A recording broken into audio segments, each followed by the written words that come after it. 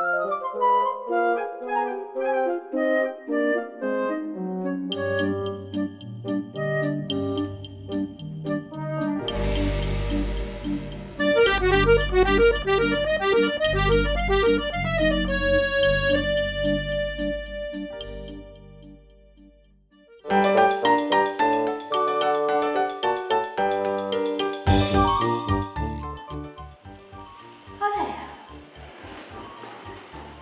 Καλά.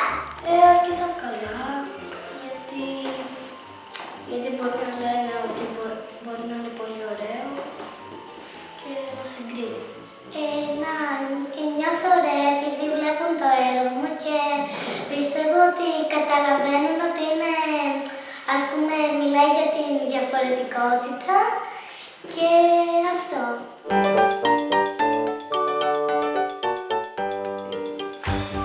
Ανάλογα τι θέλω να πει, όταν ο καλλιτέχνης φτιάχνει το έργο, συνήθως θέλει να δείξει και κάτι με αυτό και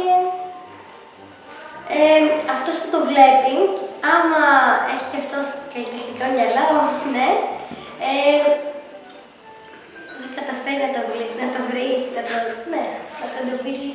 Κανείς δεν ζωγραφίζει ίδια με τον άλλον και βλέπει κάτι καινούριο. Οι μεγάλοι, οι περισσότεροι έχουν ένα άλλο τρόπο ζωγραφικής, άρα δεν μπορούν πολύ να καταλάβουν, να μπουν στη θέση του έργου. Ενώ τα παιδιά ζωγραφίζουν πιο ανέμελα, ας πούμε, και μπορούν να καταλάβουν.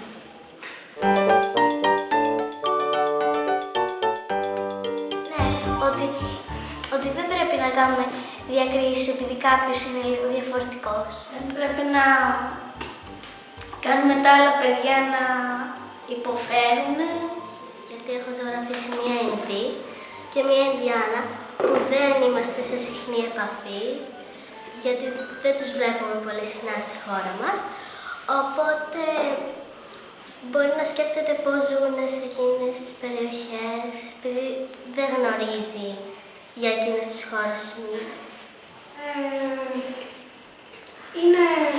Μιλάει για ένα παιδί που γεννήθηκε χωρίς χέρια και πόδια και ταξίδεψε σχεδόν σε όλο τον κόσμο, αλλά και έχασε και το ένα του μάτι. Αλλά τελικά κατάφερε και έγινε ένας σπουδαίος καλλιτέχνης στην όπερα. Άρχισε να τραγουδούσε. Εδώ που τα λέμε, δεν καταλαβαίνω ποιο είναι το ύψος του έργου. Τι ζωγράφισες? Ένα πρόσωπο, Ναι. με άλλα πρόσωπα διαφορετικά γύρω-γύρω. Το μήνυμα του δικού μου έργου είναι ότι ό,τι και από όποια φυλή κι αν είσαι, ό,τι χρώμα κι αν είσαι αυτόν, δηλαδή, είσαι άνθρωπος. Μπορεί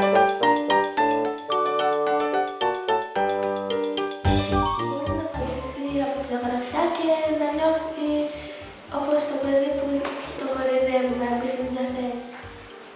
Ότι αυτός που την έκανε τον υποστηρίζει, τον βοηθάει, του λέει μην τα παρατάς, πες το στους άλλους, Μάλιστα. στους μεγάλους, στους γονείς σου. Ναι. Μ' αρέσει, είσαι ψαγμένη εσύ. Ήρθες προετοιμασμένη. Βασικά όχι, μόλις είχα φάει.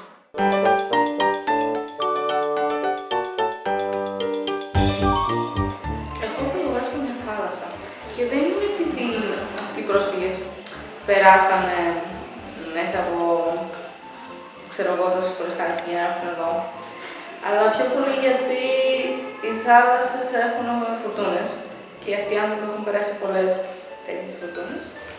Τι δείχνει? Ένα κοριτσάκι που βγήκε από τη θάλασσα, αυτός γύρω-γύρω είναι ο ουρανός και εδώ είναι τα σύρματα από πίσω. Ζωγράφιζα πρόσφυγες πάνω σε μια πλαστική βάρκα να προσπαθούν να έρχονται στην Ελλάδα. Θα ζωγράφιζα μια βάρκα στη μέση του Αιγαίου με κάποιους πρόσφυγες μέσα και μεγάλα κύματα να τους κυνηγάνε, δείχνοντας έτσι ότι υπάρχει πολύ μεγάλη ρατσιστικότητα στον κόσμο.